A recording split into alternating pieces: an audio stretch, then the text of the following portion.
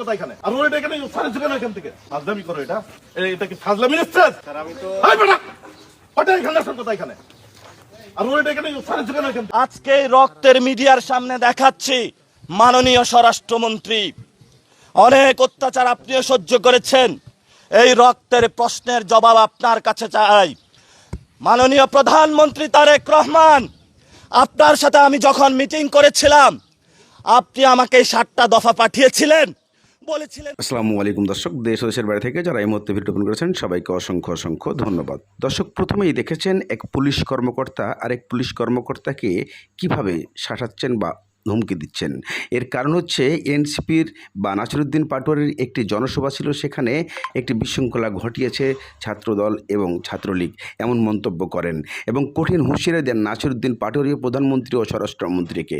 আপনারা ভিডিওটি দেখলেই অবশ্যই বুঝতে ওটা এখানে আসার কথা এখানে আর ওটা এখানে সারেছে কেন এখান থেকে ফাজলামি করো এটা কি ফাজলামি স্যার স্যার আমি তো হাই বেটা ওটা এখানে আসার কথা এখানে আর ওটা এখানে সারেছে কেন এখান থেকে আমি তারে স্যার রাস্তা রাস্তা চালাতে না যুব শক্তির যুগ্ম সদস্য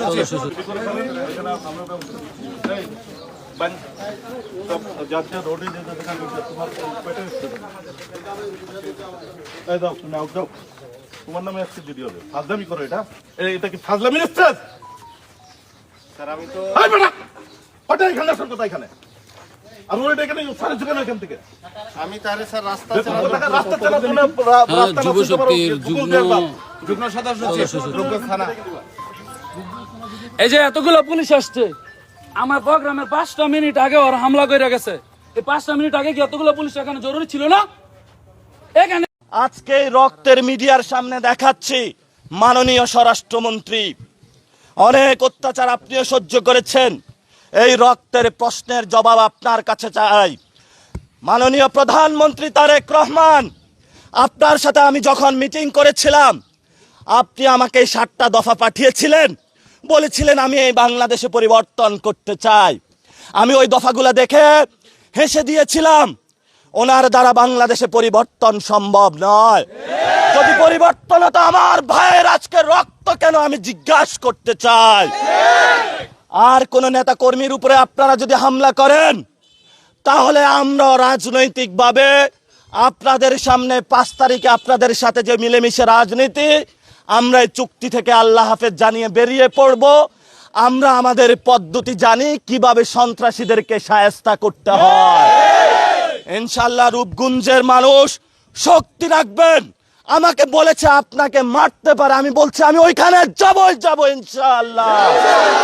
আমাকে তুমি মারো, হামলা করো, আমরা কোনো হামলাকে ভয় পাই না। নাসিরউদ্দিন পাটোয়ারির উপরে প্রতিদিনই হামলা হয়। জীবনের মালিক আল্লাহ, আল্লাহ আমাকে যতদিন বাঁচায় রাখবে তোমাদের চুনোপুটিও আমাদের কিছু করতে পারবে না ইনশাআল্লাহ। প্রিয় সাংবাদিক ভাইরা, আপনারা এই সব সন্ত্রাসীদের কার্যক্রমগুলো দেখাবেন, রূপগঞ্জকে সন্ত্রাস মুক্ত করবেন, মাদক মুক্ত করবেন, দখল মুক্ত করবেন। আমাদের গতকালকে অনেক ভাইয়ের উপরে হামলা হয়েছে, আজকেও হামলা হয়েছে। যদি রূপগঞ্জে আর আমার একটি ভাইয়ের উপরে আচর পড়ে তাহলে আমি আজকে বলে গেলাম স্বরাষ্ট্রমন্ত্রীর মন্ত্রণালয়ে আমি ঘেরাও দিব, তাকে পাকড়াও করে জিজ্ঞাসা করবো হু আর ইউ, তুমি কিভাবে স্বরাষ্ট্রমন্ত্রী হয়েছ? তোমার স্বরাষ্ট্রমন্ত্রিত্বের সময়ে আমার ভাইয়ের রক্ত ঝরে, তুমি বলো সংবিধানের কথা, কোন সংবিধান তোমাকে অধিকার দিয়েছে যে আমার ভাইকে হামলা করার জন্য? বাংলাদেশের সংবিধান আমাকে অধিকার দিয়েছে কথা বলার জন্য, রাজনৈতিক প্রোগ্রাম করার জন্য। সংবিধানের কথা বলে যদি তুমি আমার সমাবেশের অধিকার, রাজনৈতিক অধিকার, সামাজিক অধিকার কেড়ে নিতে চাও তাহলে তুমি সংবিধান নামে হলো ভুয়া বাটপারি করছো। তুমি সংবিধান সম্পর্কে অজ্ঞ, তুমি সংবিধান সম্পর্কে জানো না। আমি রূপগঞ্জের আজকের যারা এসেছেন সবাইকে জানিয়ে যাচ্ছি আমাদের আজাদির লড়াই চলবে, আমরা পিছপা হব না, আমরা ভয় পাও না কাউকে ইনশাআল্লাহ। এই যে দেখেন রক্তাক্ত করা হলো, তো এটা হলো কাপুরুষী চিত্রিত ইট। এই যে রাস্তায় দেখলাম একটা ছেলে ইট নিয়ে দাঁড়িয়ে আছে, পাটকেল নিয়ে দাঁড়িয়ে আছে। তোমাকে এগুলা বলেছে? একটু আগে নাকি রামদাও নিয়ে আসছে। এগুলা তো কোনো আসলে রাজনীতি না, এগুলা হলো ছাত্রলীগ, যুবলীগ, আওয়ামী লীগ করতো। আমি আল্লাহর রাস্তায় বিএনপিকে বলবো এই সব সন্ত্রাসী কার্যক্রম পরিহার করুন। যদি কাজ না থাকে সীমান্ত পাহারা দেন, তারপরেও আপনাদের একটি কাজ হবে। তো আপনারা ভালো থাকবেন, দোয়া করবেন। রূপগঞ্জের মাটি হবে এনসিপির ঘাটে ইনশাআল্লাহ। এই রক্তের উপরে দাঁড়িয়ে এনসিপি প্রতিষ্ঠা হবে রূপগঞ্জে। যারা আমাদেরকে হেস্তনেস্ত করে গুনার টাইম নাই বলে, সামনের আগামী নির্বাচনে, উপজেলা ইলেকশনে বিভিন্ন জায়গায় তাদের হাতে আপনারা লাল কার্ড ধরিয়ে দিবেন। এই যে ছাত্র দলের ভাইরা, আপনারা 15 তারিখ 14 আগস্ট রাতে আমি ছাত্র দলের প্রেসিডেন্ট সেক্রেটারিকে বললাম, যাও ধানমন্ডির এখানে যারা আওয়ামী লীগ আছে তোমরা তাদেরকে ওইখানে হলো রাজনৈতিকভাবে হলো মোকাবেলা করো। একটু পরে দেখলাম 5-6টা মহিলাকে হলো রাস্তার মধ্যে শোয়ানো, আঘাত করে। আমি প্রেসিডেন্ট সেক্রেটারিকে জিজ্ঞাসা করলাম, আমি তো তোমাকে এই নির্দেশনা দেই নাই, তুমি এই কাজটা করলা কেন? কয় ভাই ধূপ ধাপ সব দিয়া হলো চলে আসছি।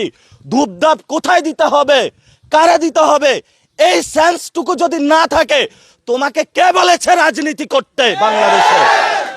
আমাদের সীমান্ত এলাকায় আমরা এখানে নিরাপদ আছি, কিন্তু সীমান্তের মানুষগুলা অনিরাপদ আছে। সেখানে ভারত থেকে বিজেপি সরকার গেরুয়া পতাকা শুধুমাত্র মুসলিম পরিচয় হওয়ার কারণে অবৈধ বাংলাদেশি পরিচয় দিয়ে সীমান্তে তারা 30 লক্ষ লোককে জড়ো করেছে বাংলাদেশে প্রবেশ করানোর জন্য। আমরা বলতে চাই, স্বরাষ্ট্রমন্ত্রী আপনি বর্ডার কিলিং নিয়ে অযাচিত সংজ্ঞা দিয়েছেন। পররাষ্ট্রমন্ত্রীকে বলতে চাই, আমাদের সীমান্ত নিরাপদ করুন, পুলিশ ভাইদেরকে শক্তিশালী করুন, তাদেরকে দক্ষ ট্রেনিং দেন, তাদের বেতন বৃদ্ধি করুন, বিজিবিকে শক্তিশালী করুন, বিজিবির পেট্রোলিং কার দেন। যদি আপনি সীমান্ত ব্যবস্থা নিরাপদ না করতে পারেন, 71-এ এত শহীদরা কেন রক্ত দিয়েছিল আমরা জিজ্ঞাসা করতে চাই। মেজর জিয়াউর রহমান বলেছিল ওই রিভল্ট, সেই রিভল্ট কোথায় গেল? সীমান্তে কেন মানুষ ঢুকে?